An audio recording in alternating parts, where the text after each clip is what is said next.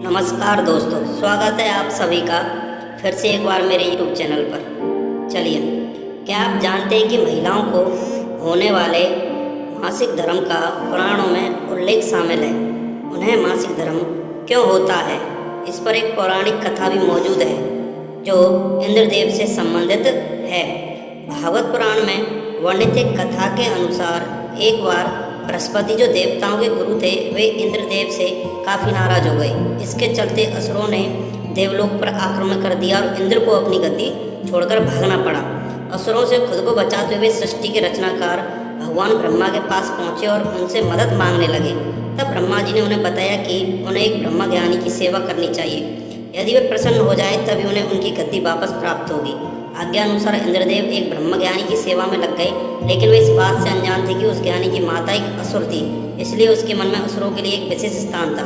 इंद्रदेव द्वारा अर्पित की गई सारी हवन की सामग्री जो देवताओं को चढ़ाई जाती है वह ज्ञानियों से असुरों को चढ़ा रहा था। इससे उनकी सारी सेवा भंग हो रही थी। जब इंद्रदेव को सब पता लगा तो बेहद क्रोधित हो गए और उन्होंने उस ब्रह्म ज्ञानी की हत्या कर डाली। एक गुरु की हत्या करना घोर पाप था, जिस कारण उन पर ब्रह्म हत्या का पाप आ गया। ये पाप एक भयानक राक्षस के रूप में इंद्र का पीछा करने लगा।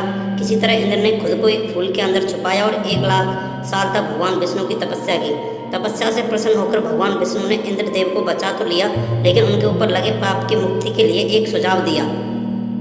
इसके लिए इंद्र को पेड़, जल, भूमि और स्त्री को अपने पाप का थोड़ा थोड़ा अंश देना था।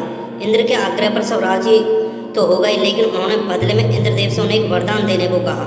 सबसे पहले पेड़ ने उस पाप का 1/4 हिस्सा ले लिया, जिसके बदले में इंद्र ने उसे एक वरदान दिया। वरदान के अनुसार पेड़ चाहे तो स्वयं ही अपने आप को जीवित कर सकता है।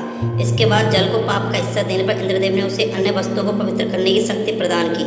यही कारण है कि हिंदू धर्म में आज भी जल को पवित्र मानते हुए पूजा पाठ में इस्तेमाल किया जाता है। तीसरा पाप इंद्रदेव ने भूमि को दिया। इसके वरदान स्वरूप उन्होंने भूमि से कहा कि उस पर आई कोई भी चोट हमेशा बढ़ जाएगी।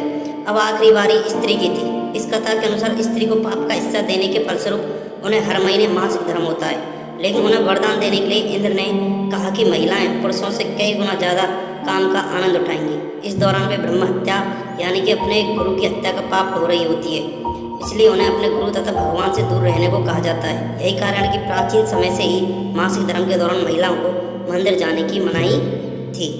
धन्यवाद।